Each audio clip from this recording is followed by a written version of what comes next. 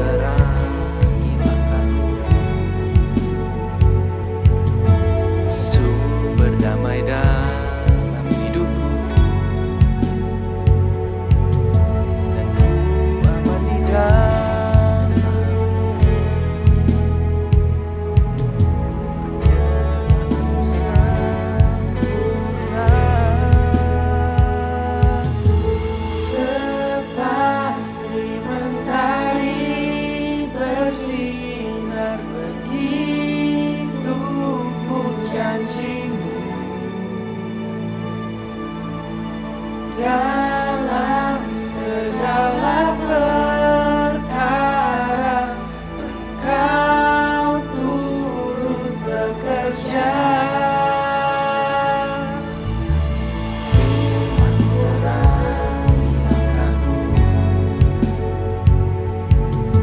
sumber damai dalam hidupku. Aku aman di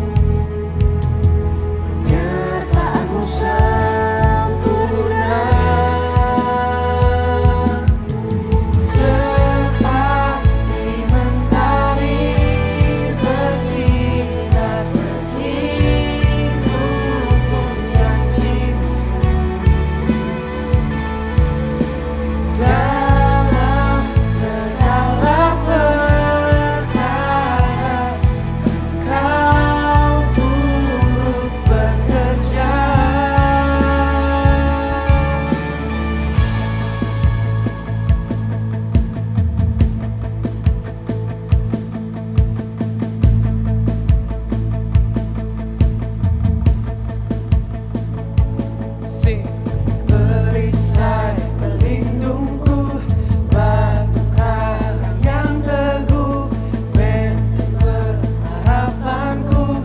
Kaulah Tuhan, Kaulah Raja. Perisai pelindungku, batu karang yang teguh, benteng pengharapanku. Kaulah Tuhan, Kaulah Raja. Perisai pelindungku,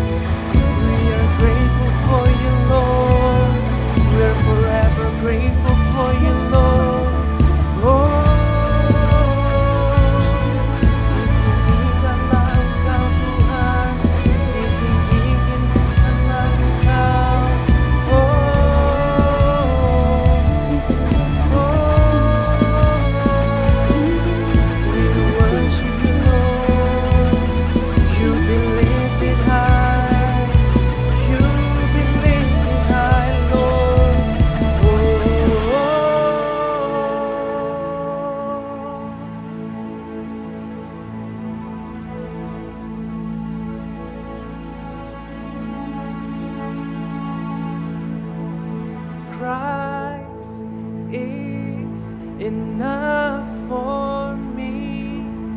Christ is enough for me.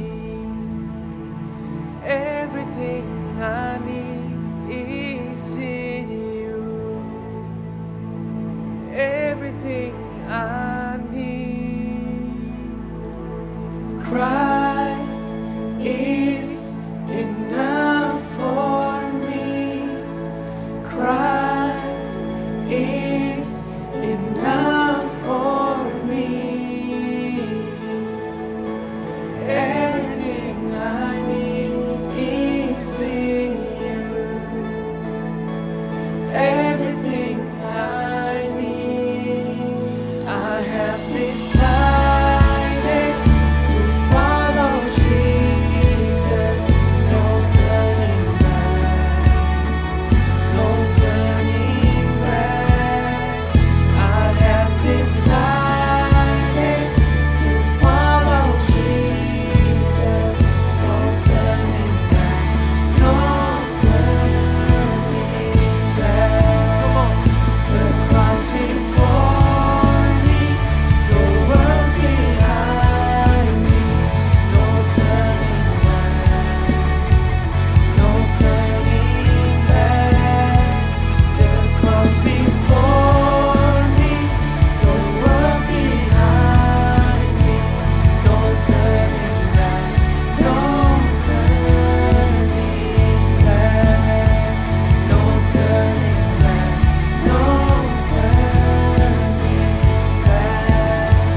No turning back, no turning back.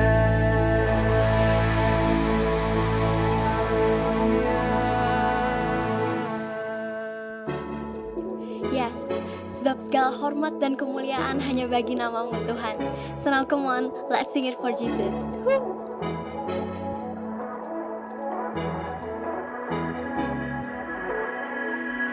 Ku bawa pujian bagi-Mu, korban syukur untuk tahta-Mu. Hidupku semuanya milik-Mu. Untuk Yesus Tuhan Rajaku. Segala kemuliaan hanya bagi-Mu. Pujian dan hormatku hanya untuk-Mu. Semuanya dari-Mu, semuanya untuk-Mu.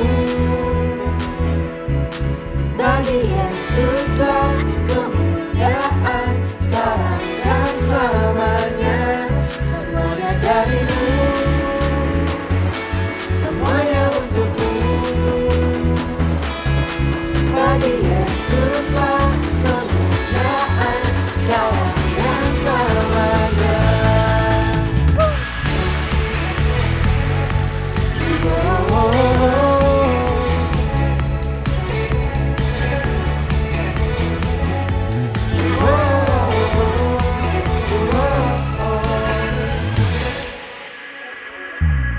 Ku bawa pujian bagi-Mu,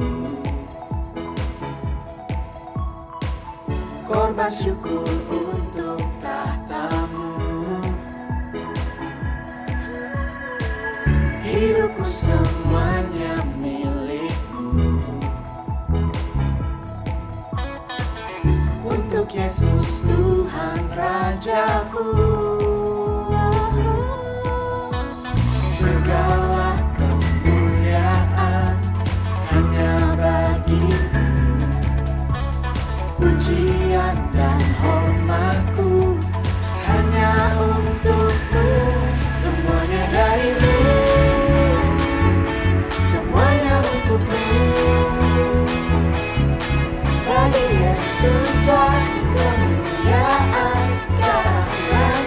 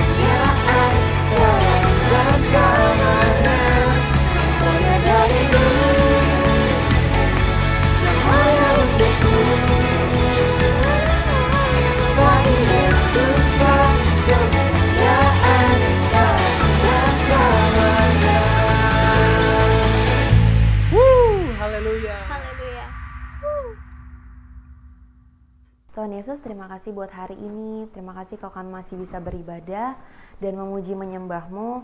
Melalui pujian dan penyembahan kami mau nyatakan Tuhan bahwa Engkau baik, Engkau berdaulat atas kehidupan kami, dan kami percaya bahwa pertolongan Tuhan selalu tepat pada waktunya.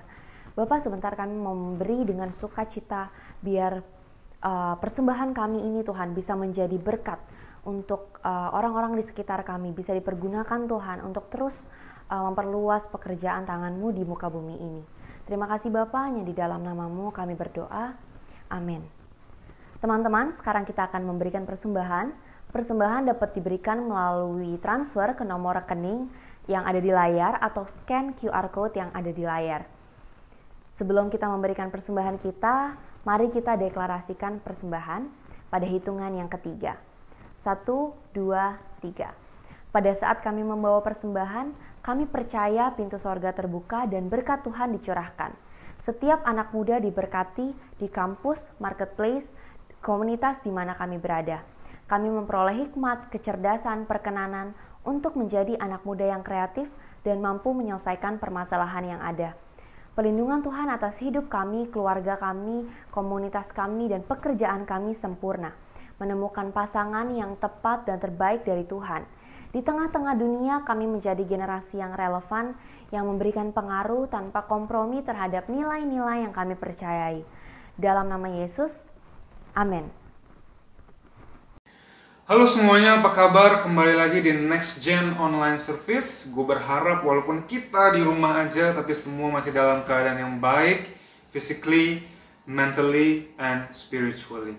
Hari ini kita akan melanjutkan ongoing series kita, yaitu Get Out of My Mind, part yang terakhir, ya, part yang keempat atau sekaligus juga part yang terakhir.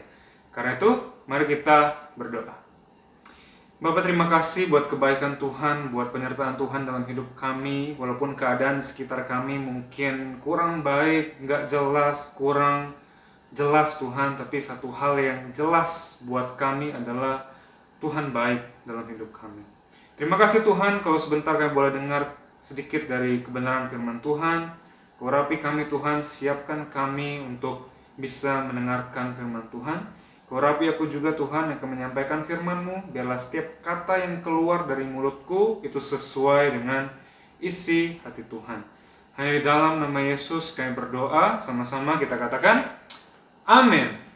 Hari ini gue mau mulai dengan satu pertanyaan teman-teman. Ya, pertanyaannya adalah pernah atau enggak? Pernah nggak teman-teman bikin janji, ya semacam janji sama diri kalian sendiri mungkin, yang bilang bahwa gue nggak akan pernah mau melakukan hal ini, gue nggak akan pernah mau nyobain hal itu. Ya, hal itu bisa macam-macam. Mungkin buat yang cewek bilangnya gue nggak bakal pernah mau pakai dress kayak gitu, atau gue nggak bakal pernah mau makeupan yang tipenya kayak gitu, ya kan? Atau mungkin yang cowok-cowok, apa contohnya dulu ngetrennya Dota, main game Dota, terus sekarang muncul game-game semacam itu, MOBA gitu kan, tapi yang di HP. Mungkin mereka dulu bilangnya, aduh gue nggak bakal pernah mau nyentuh game yang harusnya main di komputer, yang klik, tapi mainnya jadinya di HP. Gue nggak bakal gue pernah mau ikutan. Ya, atau apapun itu, tren yang kayaknya teman-teman lihat, it's not me, gue nggak bakal mau, gitu ya. Itu bukan gue. Pernah nggak teman-teman? Kalau buat gue pribadi, gue pernah teman-teman, dan bukan cuma pernah sekali dua kali, gue rasa banyak gitu ya, ada beberapa kali gue bilang kayak gitu untuk diri gue sendiri. Nah tapi ada satu contoh yang mau gue bahas hari ini gitu ya, yaitu berkaitan tentang drama Korea. Yes teman-teman, drakor gitu ya. Dulu kalau nggak salah pertama kali gue dengar tentang drakor itu pas gue masih pertengahan atau akhir SMA. Gitu ya, di mana teman-teman gue sekitar gue itu ngomongin drakor, bahkan di gereja pun ada beberapa teman-teman yang ngomongin drakor, ya kan? Dimulai dari cewek-cewek itu dulu, cewek-cewek yang ngomongin, aduh ganteng banget, aduh romansnya bagus banget, bla bla bla. Nah di sana teman-teman gue bilang bahwa gue nggak akan pernah mau nonton drama Korea, itu mah girly banget lah buat gue, nggak bagus, buat apa sih nonton kayak gituan? Ya kan? Tapi ceritanya teman-teman, ceritanya tuh nggak selesai sampai di sana, ya. singkat cerita, beberapa tahun kemudian gue lulus SMA, gue masuk kuliah, dan teman-teman kuliah gue, teman-teman sekelas dalam perkuliahan gue itu kebetulan laki-laki semua, cowok semuanya teman-teman. Dan ternyata beberapa di antara mereka juga ada yang ngomongin drama Korea, ada yang ngomongin drakor juga. Di sana gue mulai mikir gitu kan, ada apa nih sama drama Korea? Emang bener bagus? Dan biasalah namanya anak maba, anak mahasiswa baru, gue berusaha buat fit in obrolannya, jadinya ya gue tanya-tanya gitu kan. Dan tiba juga saatnya dimana gue coba, gue cicip, dengan dalam hati gue bilang ya udahlah, coba gue lihat 1 episode aja, gue nggak bakal tertarik gitu kan. Gue nonton lah 1 episode. Dan singkat cerita lagi teman-teman, sampai hari ini kalau misalkan ada drama Korea yang bagus gitu ya, yang banyak orang ngomongin, mungkin yang memang benar-benar bagus, muncul di Netflix atau dimanapun itu, gue pasti nonton, right? Karena ternyata yang dulunya gue pikir drama Korea cuma buat cewek, romance doang, ternyata nggak juga. Ternyata ada juga drama Korea yang bahas plot yang keren, yang seru gitu kan, yang cocok sama gue. Jadi Gary yang dulu waktu dia masih SMA, dia dulu nggak bakal pernah nyangka kalau dia bakal enjoy nonton drama Korea. But here I am.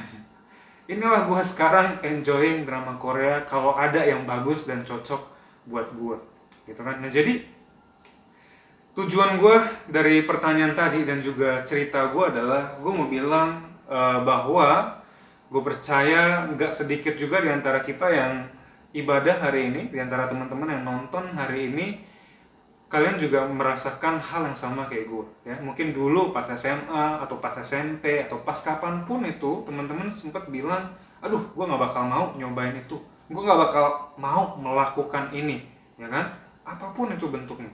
Dan yes, mungkin aja hal-halnya bisa sepele kayak yang tadi gue sebutkan di awal, mungkin cuma tentang fashion, mungkin cuma tentang apa tuh tadi, game, cuma tentang drama Korea kayak gue, ya kan, halnya sepele, nggak penting, ya kan. Tapi gue mau bilang bahwa hal-hal semacam itu tadi teman-teman bisa juga terjadi dalam area kehidupan kita yang jauh lebih serius, yang jauh lebih rumit ya.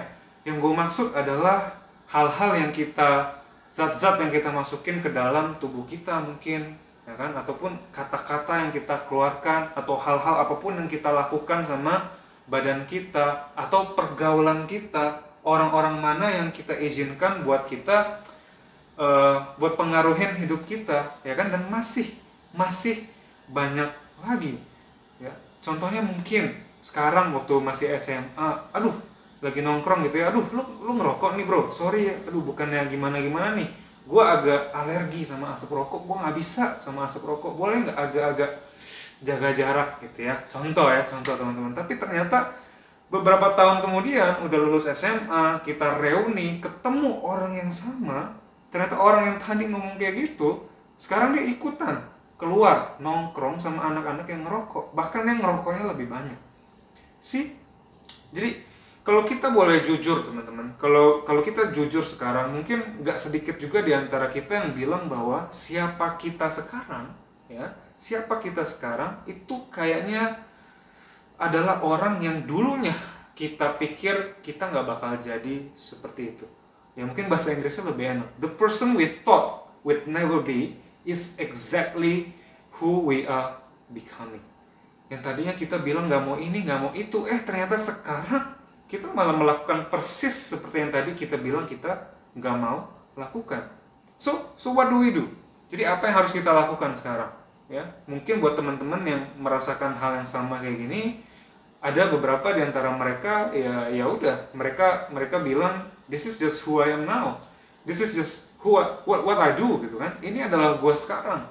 Ya udah, ini yang udah gue lakukan. Gue udah terlanjur jatuh ke dalam pencobaan mungkin ya. Gue udah terlanjur memilih hal yang seperti itu. Ya buat apa juga gue puter balik sekarang, ya kan?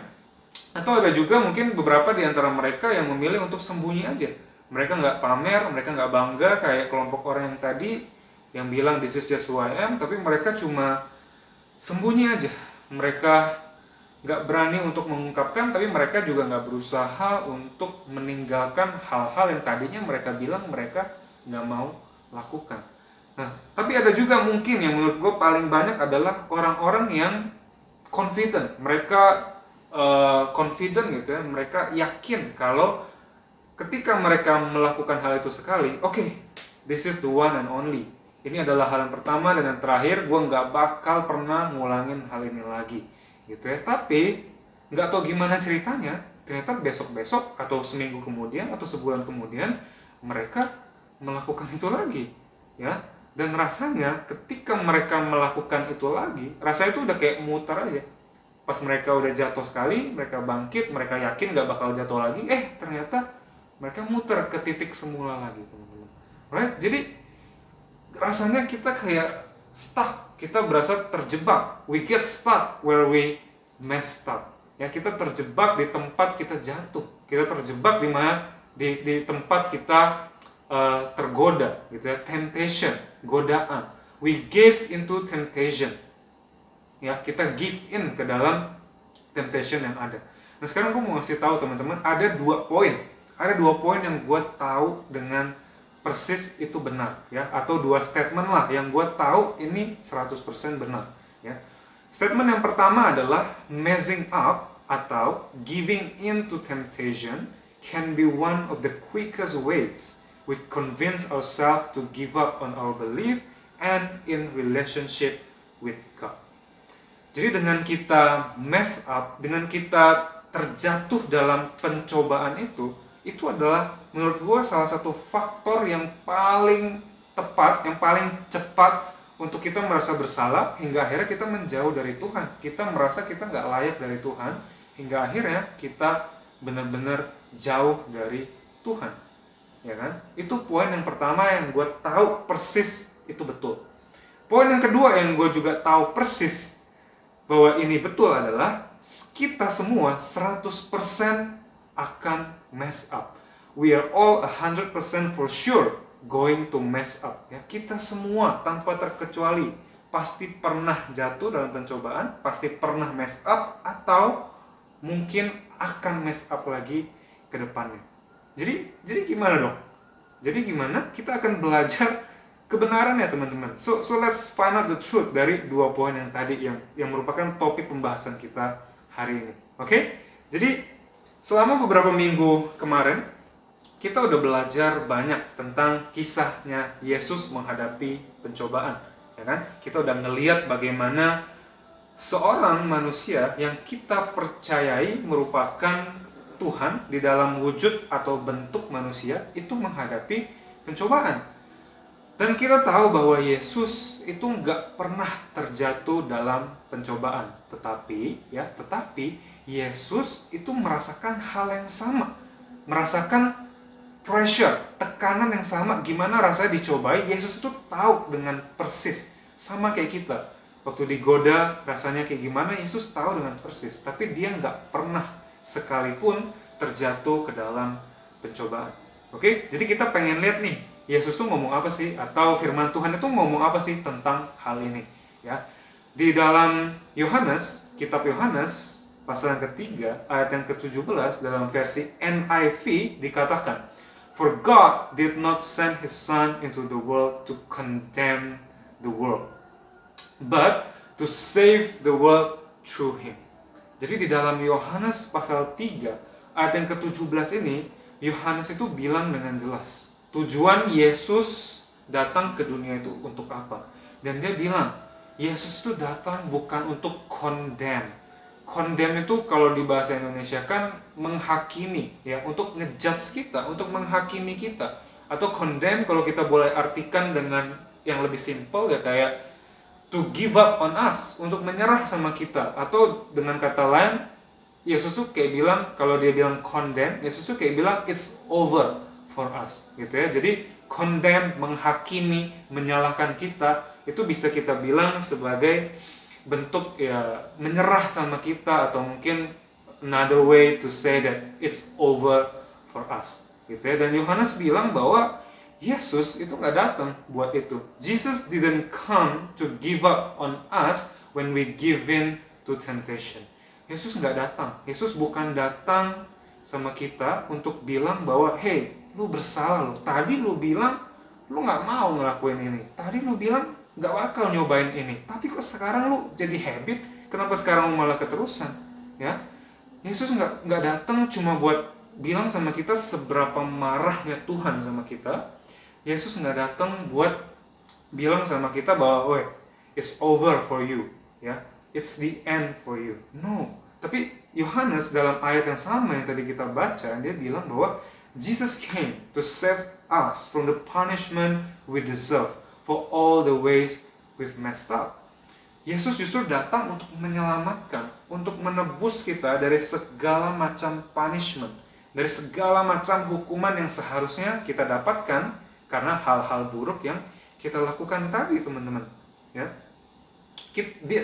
Yesus itu menyelamatkan kita dari tendensi kita, dari kecenderungan kita untuk terus aja muter-muter di lubang yang sama tadi, jatuh, bangkit, terus muter lagi, ternyata jatuh lagi, bangkit, dan seterusnya. So, Yesus datang buat itu, teman-teman. Oke, jadi maksudnya apa? Apa sih yang bisa kita ambil hari ini? Ya, kalau teman-teman dari tadi nggak ngerti apa yang dimaksud, tapi gue mau kalian semua menangkap satu statement ini. So, when you give in, you can start again. When you give in, you can start again. Ketika kita jatuh, ketika kita tergoda sama godaan-godaan atau pencobaan-pencobaan yang ada, kita bisa mulai kembali, teman-teman. Jadi, yang tadi kata Yohanes tentang Yesus, intinya itu ini. Ya, Yesus pengen kasih tahu sama kita bahwa ketika kita jatuh, ketika kita give in, kita bisa bangkit lagi, kita bisa mulai lagi, kita bisa start fresh again.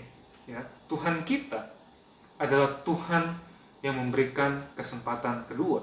Kalau dalam bahasa Inggrisnya, God is a God of second chances. Tuhan adalah Tuhan yang memberikan kesempatan kedua, tapi pakai S, second chances.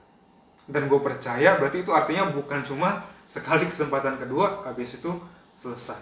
Nggak kayak gitu, teman-teman. Tapi dari sini kita bisa lihat bahwa kita nggak mesti stuck, kita nggak mesti merasa terjebak di tempat kita jatuh, ya kan? Kita nggak harus percaya sama pikiran-pikiran kita yang bilang, oke, gue udah gagal, it's over for me, gue nggak akan bisa lagi dekat sama Tuhan dengan cara apapun, right? Tapi dari sini Yesus tuh pengen kasih tahu kita, Jesus wanted to show us that when we think it's over, it's not over yet. Yesus pengen tahu, Yesus pengen kasih tahu ke kita bahwa ketika kita mikir, oke, it's over, ini adalah bagian terakhir dalam hidup kita mungkin, tapi Yesus bilang, it's not over yet. Ketika kita mikir bahwa kita udah jatuh terlalu dalam, kita udah jatuh terlalu sering, Yesus bilang bahwa Dia belum menyerah sama kita. He hasn't given up on us. Oke? Jadi, gini teman-teman, ketika kita ikut Yesus, ya, ketika kita ikut Yesus, kita percaya sama Yesus, kita percaya bahwa Yesus adalah perfect. Dia nggak pernah melakukan kesalahan sedikit pun, ya, karena Dia perfect. Dialah satu-satunya pribadi yang bisa, yang layak untuk ngejudge kita, ya nggak, yang layak untuk nyalain kita, yang bilang bahwa, wah, lu udah gagal, udah jelek, udah kacau disediaan for you. Cuma Dia yang layak karena Dialah yang perfect, ya kan? Tapi dari sini hari ini kita belajar bahwa Yesus melakukan sebaliknya. He does the exact opposite. Dia nggak bilang bahwa kita condemn, Dia nggak menghakimi kita, nggak menyerah sama kita, ya. Tapi Dia memberikan kita kesempatan kedua. The only one who could have given up on you has decided to give you a fresh start. Isn't it amazing? Satu-satunya pribadi yang harusnya paling layak untuk meninggalkan kita, untuk menyerah sama kita, tapi justru orang itu, pribadi itu bilang bahwa kita punya kesempatan kedua, kita bisa fresh start, kita bisa mulai kembali.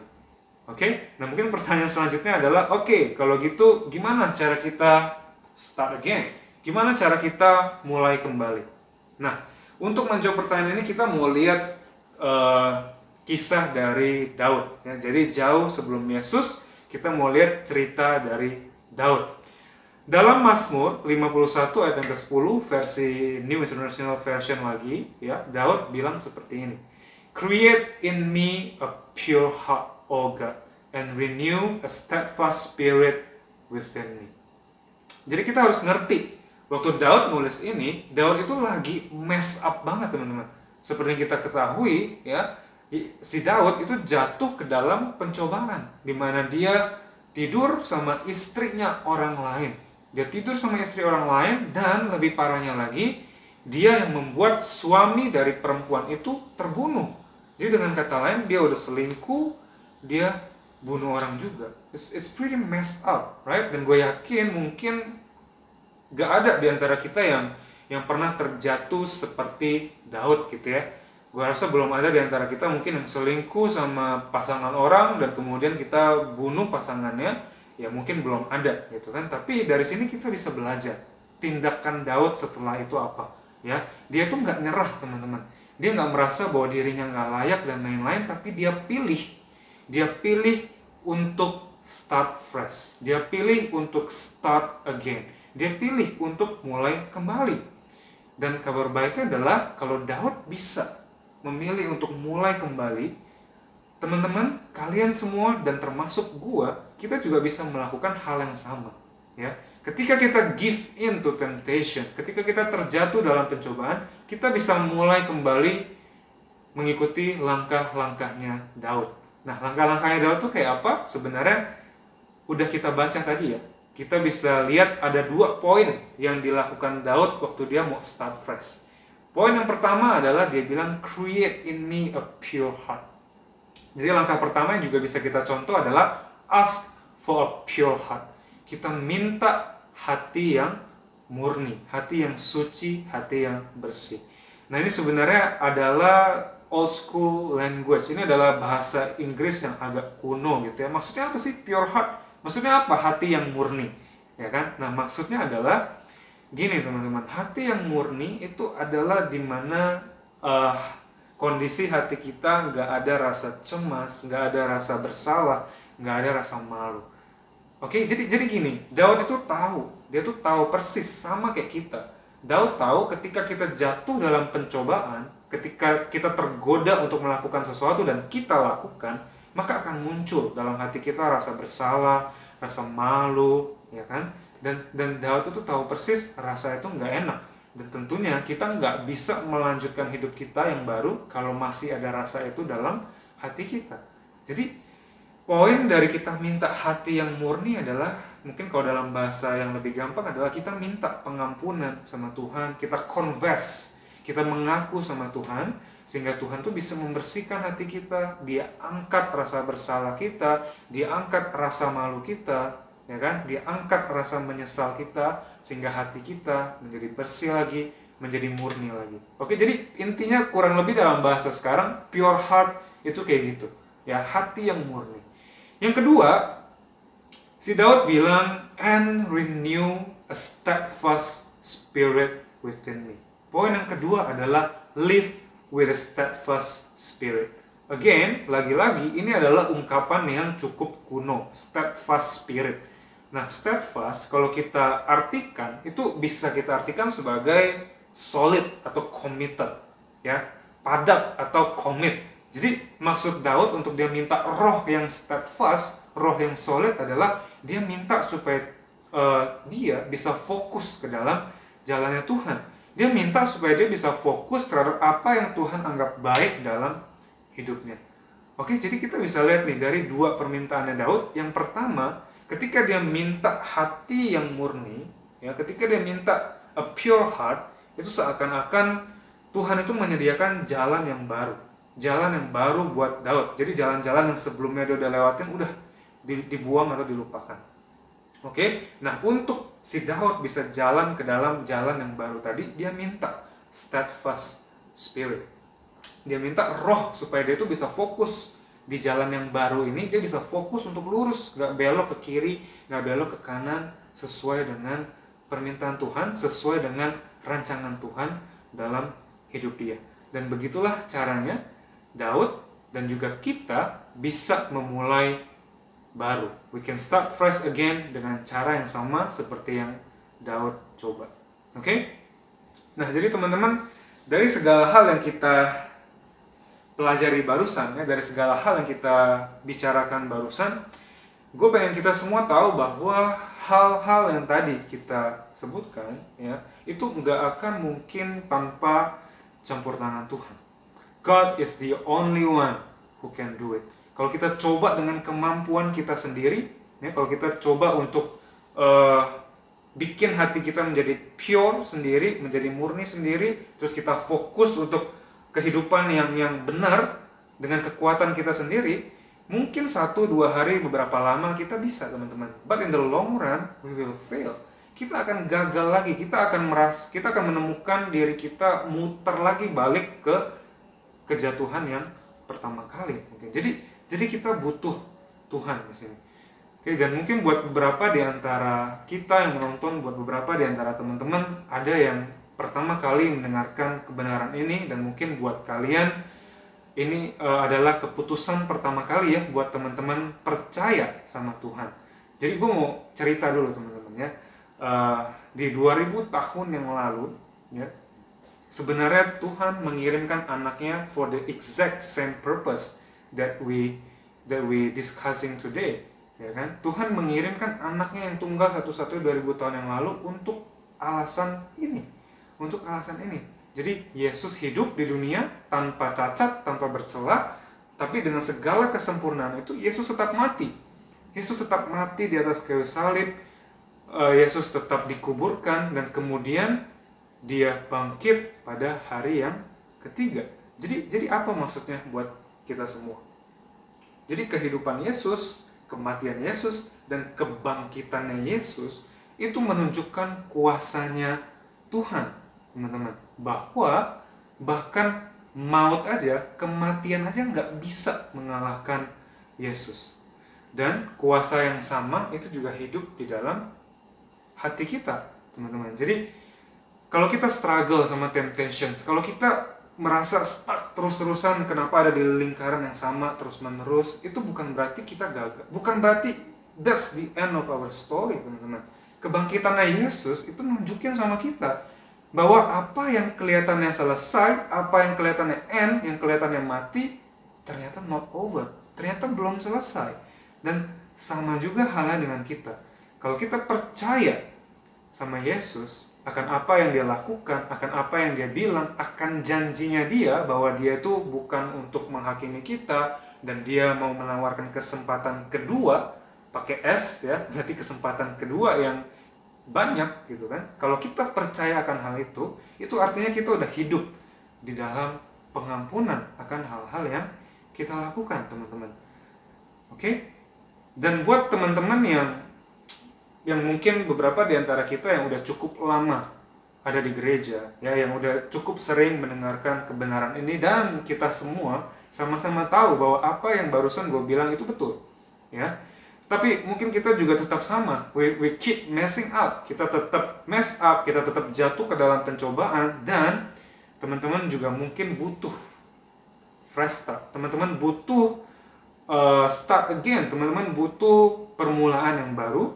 Gue mau kasih tahu kabar baiknya adalah kematian Yesus dan kebangkitannya Yesus itu cukup, teman-teman, untuk mengcover, untuk menebus, untuk menutupi semua kesalahan kita yang udah pernah kita lakukan dan juga yang mungkin akan kita lakukan lagi ke depannya. Jadi kalau kita percaya sama Tuhan Yesus bahwa dia sayang sama kita unconditionally, dia sayang sama kita apa adanya, itu artinya kita udah terima pengampunan, dan itu juga artinya kita udah bisa fresh start, kita udah bisa memulai lagi kapan aja, teman-teman. Oke? Tapi bukan berarti itu adalah tanpa konsekuensi, bukan berarti hal-hal buruk yang kita lakukan itu nggak ada konsekuensinya, ya. Oke? Nah, teman-teman, sampai di sini mungkin beberapa di antara kita mikir kedengarannya nggak adil, sounds not fair, ya kan? Apakah itu artinya kita bisa melakukan do-overs? Maksudnya kita terus memulai yang baru, kita start again terus-menerus, Well, gue harus bilang jawabannya adalah iya, teman-teman. Yes, karena Tuhan kita adalah Tuhan yang memberikan kesempatan kedua. God is a God of second chances, dan itu betul. Tapi apakah kedengarannya fair? Apakah kedengarannya adil? Well, probably not. Mungkin enggak, teman-teman. But is it true? Absolutely. Apakah ini betul? Jawabannya adalah sangat-sangat betul gitu ya. Dan apakah hal-hal yang kita lakukan juga tanpa konsekuensi? Jawabannya adalah tentu tidak. Seperti yang gue bilang tadi ya, segala hal yang kita lakukan pasti ada konsekuensinya. You'll get hurt sometimes. Teman-teman akan merasa tersakiti, teman-teman akan merasa sakit. Karena memang naturnya dosa itu selalu menyakiti kita in one way or another. Oke? Jadi hari ini kita tahu bahwa kita nggak mesti quit ketika kita merasa kita struggling dalam temptations, kita merasa kita muter-muter terus, kita nggak perlu menjauh, kita nggak perlu merasa bahwa okay, this is the end. Tapi hari ini kita tahu bahwa kita punya endless, unlimited do-overs. Kita bisa start again, kita bisa memulai kembali dengan Tuhan, dengan Yesus, dan semua orang juga begitu. Dan teman-teman, gue mau encourage kita semua untuk mengambil langkah pertamanya, yaitu kita bisa meminta for pure heart, kita bisa minta hati yang murni, dan juga kita bisa minta roh yang solid, roh yang steadfast, untuk kita bisa mulai kembali. Oke? So, sebelum kita menutup, gue mau sampaikan bottom line kita adalah statement yang tadi gue udah sebutkan. When you give in, you can start again. Right? So, when you give in, you can start again. This is the good news about Jesus. Ini adalah kabar baiknya tentang Yesus, teman-teman. Yesus itu nggak datang buat menghakimi kita, buat nyalah-nyalahin kita, buat bilang bahwa you are a dead meat, lu udah berakhir. Bukan kayak gitu, teman-teman. Tapi Yesus di satu sisi, dia mau menyelamatkan kita. Right? And that even now we can be confident that God always loves us. Tuhan selalu menyayangi kita. Dan ketika kita mess up, itu nggak mesti mendefine kita bahwa kita adalah orang yang buruk. Dan kita perlu ingat bahwa selalu ada kesempatan untuk kita mau kembali, untuk kita fresh start, untuk kita buka jalan yang baru lagi bersama dengan Tuhan. Dan kita bisa minta hati yang fokus, roh yang fokus, untuk selanjutnya kita jalan ke depan bersama-sama dengan Tuhan. Oke teman-teman, so kita selesai. Sebelum itu kita bersatu di dalam doa. Bapa, kami ucap syukur buat kebenaran firman Tuhan yang mengingatkan kami Tuhan bahwa ketika kami mess up, ketika kami terjatuh ke dalam pencobaan, mungkin bukan cuma sekali, mungkin 2 kali, 3 kali, atau mungkin berkali-kali, tapi itu gak masalah buat Tuhan. Selama kita mau minta Tuhan hati yang murni, selama kita rindu untuk minta steadfast spirit, kita mau roh yang fokus, Tuhan masih memberikan kesempatan yang kedua, dan bahkan ketiga, dan bahkan yang keempat, dan seterusnya Tuhan. Tapi ajar kami Tuhan untuk kami bisa fokus, kami bisa mengerti apa yang Tuhan mau betul dalam kehidupan kami Tuhan. Kami nggak mau gagal terus menerus, kami nggak mau Tuhan terus berada di lingkaran yang sama. Bersyukur Tuhan, kami tahu bahwa Allah kami adalah Allah yang mengasihi kami tanpa syarat, tapi kami juga nggak mau untuk take that for granted Tuhan. Kami juga mau mengasihi Tuhan dengan segenap hati kami. Karena itu ajar kami Tuhan mulai hari ini untuk berani minta, mengambil langkah, untuk minta sama Tuhan pengampunan, untuk minta sama Tuhan hati yang murni untuk kami turn back, untuk minta sama Tuhan juga roh yang fokus, roh yang solid untuk kita ke depannya. Terima kasih Bapak, berapi setiap kami, berikan kami juga keberanian Tuhan untuk bisa share sama small group kami, untuk sama small group leader kami akan hal-hal yang kami hadapi hari ini. Terima kasih Tuhan Yesus, yang di dalam nama Yesus kami berdoa, ucap syukur, haleluya, amin. Shalom saudara, sebentar lagi kita akan menerima perjamuan kudus. Mari kita persiapkan anggur dan roti kita masing-masing. Jika semua sudah, saya jemput untuk bangkit berdiri di tempat di mana saudara berada. Dan mari sama-sama kita angkat roti di tangan kanan kita tinggi-tinggi di hadapan Tuhan. Sebab apa yang telah kuteruskan kepadamu telah kuterima dari Tuhan, yaitu bahwa Tuhan Yesus pada malam waktu ia diserahkan, ia mengambil roti. Dan sesudah itu ia mengucap syukur atasnya, ia memecah-mecahkannya dan berkata, inilah tubuhku yang diserahkan bagi kamu. Perbuatlah ini menjadi peringatan akan aku. Kekasih-kekasih Kristus, bukankah roti yang kita pecah-pecahkan ini adalah persekutuan kita dengan tubuh Kristus? Mari kita makan dalam nama Yesus.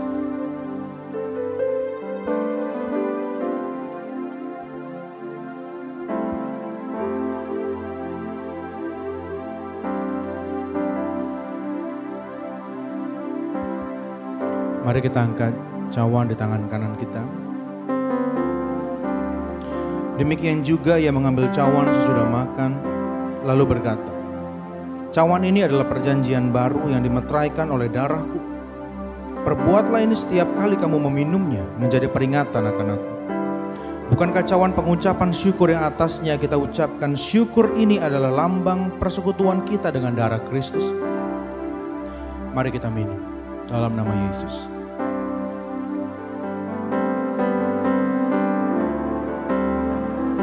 Mari sembah Tuhan. Naikkan syukurmu atas kebaikannya yang tidak pernah berhenti, atas hidupmu, atas keluargamu. Naikkan syukurmu. Ambaraku diamburulo bonaya sianda de diambaraka diarala barala barala barala barala naya sianda de diambarala naya reke diamburulo bonaya siambaraki di diambarala naya se diarala naya sianda dan de kiaralamu. Ajaib Tuhan, perkasa.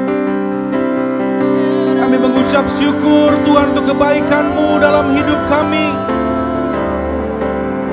Terima kasih Tuhan. Minggu demi minggu Tuhan pelihara kami. Bulan demi bulan Tuhan pelihara kami. Meskipun kami beribadah dari tempat kami masing-masing, tapi kami tahu Tuhan gak pernah meninggalkan kami. Hamba-Mu berdoa Tuhan dari tempat ini biarlah berkat-Mu mengalir Tuhan atas setiap anak-anak muda Tuhan yang mendengar firman-Mu. Tuhan yang menolong keluarga mereka. Tuhan yang tolong orang tua mereka yang sedang menghadapi kesulitan. Tuhan biarlah momen ini menjadi momen di mana kami semua, keluarga kami mengalami perjumpaan dengan Tuhan.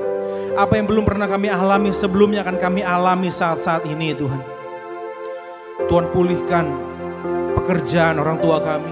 Tuhan pulihkan bisnis usaha orang tua kami. Biarlah Tuhan setiap kami yang sekolah, setiap kami yang kuliah bisa tetap terus Tuhan. Tidak ada yang putus sekolah, tidak ada yang putus kuliah Tuhan di tempat kami Tuhan. Kami percaya Tuhan, tidak pernah kurang panjang tangan-Mu atas keluarga kami. Terima kasih Bapa, terima kasih. Kami juga memberkati gereja kami, terima kasih Tuhan. Yang mau terus Tuhan menjadi wadah tempat kami berlatih, kami dididik Tuhan, menjadi anak-anak yang takut akan Tuhan, menjadi anak-anak yang bisa menghargai Yesus. Persiapkan kami Tuhan untuk bisa menyambut Pentakosta yang ketiga. Aku berdoa setiap anak-anak muda akan bertumbuh Tuhan, setiap hari semakin dekat, segambar dan serupa dengan Tuhan. Sehingga pada waktu Roh-Mu Tuhan dicurahkan besar-besaran, kami adalah anak-anak muda yang siap dipakai Tuhan untuk menjadi alat-Mu, menjadi mentor, menjadi sahabat, menjadi keluarga yang baik Tuhan bagi anak-anak muda yang lain. Berkati bangsa kami Tuhan, pulihkan Indonesia. Biarkan Tuhan tolong supaya bangsa kami Tuhan menjadi negara yang maju. Menjadi bangsa yang tidak lagi menengah, tapi menjadi bangsa yang maju Tuhan. Yang bisa melunasi setiap hutang-hutangnya. Semakin damai, penuh dengan sukacita bangsa kami Tuhan. Tidak ada lagi pertumpahan darah, tidak ada lagi isu sara yang dinaikkan Tuhan. Karena kami semua adalah satu di dalam Engkau. Dan Tuhan berikan hikmat kepada setiap orang-orang-Mu Tuhan, anak-anak Tuhan, supaya timbul Tuhan, supaya mereka bisa menghasilkan Tuhan satu obat yang baik Tuhan untuk coronavirus ini Tuhan, supaya semuanya bisa sehat dan kuat Tuhan. Terima kasih Bapa, terima kasih. Kalau sebentar kami akan menerima berkat-Mu, mari angkat dua tangan. Biarlah berkat yang terbaik adalah Bapa di surga, berkat yang terbaik dari Tuhan Yesus, berkat yang terbaik dari Roh Kudus menyertai hidup, keluargamu, sekolah, kuliah, pekerjaan, bisnis, usaha, dan pelayanan. Mulai hari ini, besok, bahkan sampai selama-lamanya. Kita yang percaya dan diberkati Tuhan sama-sama katakan amin.